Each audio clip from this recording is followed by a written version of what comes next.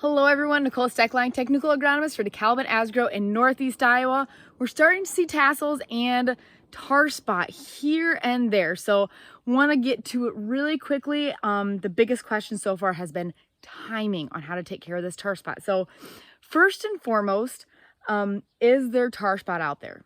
I am finding it, but very low incidences. It's just not really picking up quite yet, which kind of keeps in line with what I've been seeing the last couple of years. If it shows up, 2 weeks ago, that was early, but I've never really seen it pick up and become really heavy until after tassel and after pollination. So when it comes to timing, there's no right answer. Right answers come in hindsight, particularly with this disease. And last year, one of the things that we noticed was that hanging on until later was better. And I attribute that because what I've noticed is that tar spot tends to be a more opportunistic disease. And so then later, as that plant is naturally senescing, that's when the tar spot really starts taking a toll. Like, it's there for a long time, but that's when it starts to really take its toll. So here's what I'm looking at as far as timing for tar spot fungicide in 2022. When it comes to timing fungicides for tar spot in 2022, every year for the best timing for diseases and fungicide is different because for the most part, it has to do with the weather. Now, that being said, in my opinion, we have three main options for spraying fungicide in 2022, specifically when I'm talking about tar spot. We've got good, better, best. The first option is doing 2 fungicide applications at or after tassel. So that first application, you'd go at full tassel, and you're going to want to make sure that this product that you're putting on has a strobilurin in it. And that's because that strobilurin, that strobi, is your preventative product. Start clean, stay clean type of mind frame. And then in about 2 weeks, right when that residual is going to be starting to wear off, that's when you're going to make your application of kind of your all guns blazing. Make sure you got a 3 mode of action. I really like something that has both a strobilurin and an SDHI because both of these fungicide mode of actions also have that greening effect, that plant health portion.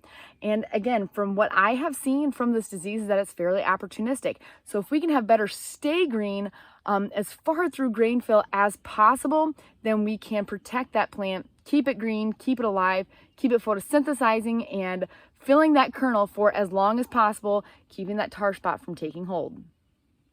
Now, that's the best option for disease control.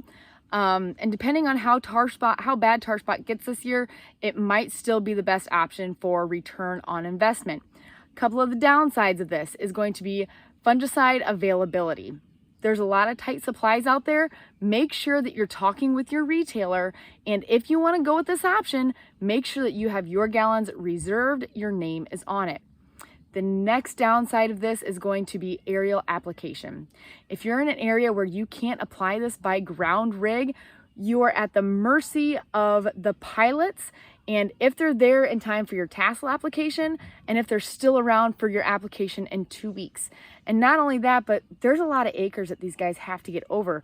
You might plan your second application for 2 weeks after that, but you might not get it until even later than that. So there are downfalls in the plan, but if you don't plan for success, you will not have success. So just be making your plans if you're doing this for both supply as well as timing. Work with your retailer to make sure this is executed the way you want it to. Option number 2. So let's say that you decide that you do not want to do 2 passes, okay? So then what we're gonna do in this scenario is we're really gonna have to watch the weather to try and scout your fields to try and time your application as good as possible. Again, when it comes to the timing, it's really hard with your retailer, or your applicator, whoever's putting it on, because sometimes when you say, I want it sprayed tomorrow, you might be at the back of the line. So we want to be watching the weather and looking for that cooler, wetter, upcoming weather because that's when we're going to get the most activity from this fungus.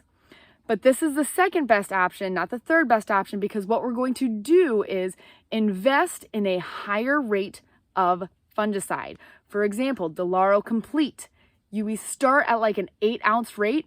If we're going to increase that rate to a 10 or a 12-ounce rate, that's going to extend that residual. It gives us a little bit more wiggle room on if our timing is Wrong. It also gives us a little bit more wiggle room if supplies are a little bit tighter. So again, be making sure that you're communicating with your retailer.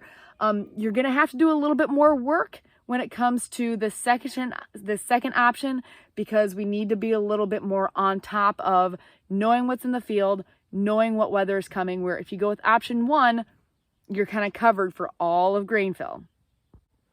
Now, option 3 is just giving your maps to your retailer and say, spray them when you can. This option is the easiest, but to be correct, it also takes a fair amount of luck. The best thing that we can do then is making sure that we're using a top tier fungicide, making sure we've got 3 modes of action like we do in Delaro Complete, where we've got a strobe, a triazole, and that SDHI. So we're getting great stay green, we're getting great plant health, as well as great disease control. But then we've got to be a little bit more picky on the timing. Now again, it depends on the year. Last year, especially with the drought conditions that we had, it was later in the season when it really took hold, and that's because those plants were kind of struggling and they were very weak. So you're just going to have to really keep an eye on your fields. You're going to have to keep an eye on the forecast and hope that you time it right. So those are kind of, in my opinion, the 3 options that we can go with. The best is going to be the most expensive, and it's going to be a start clean, stay clean. Fortunately, we've got the crop prices where that's going to be easier to stomach from a financial standpoint, but it's also going to be harder from a supply standpoint. Option number 2, I think for a lot of guys, is probably going to be the most realistic, where we're giving ourselves a little bit more coverage, and there's not quite as much left up to chance. So that's kind of what I'm thinking from a fungicide and tar spot point of view. If you guys have any questions, please feel free to reach out, call, text, or email.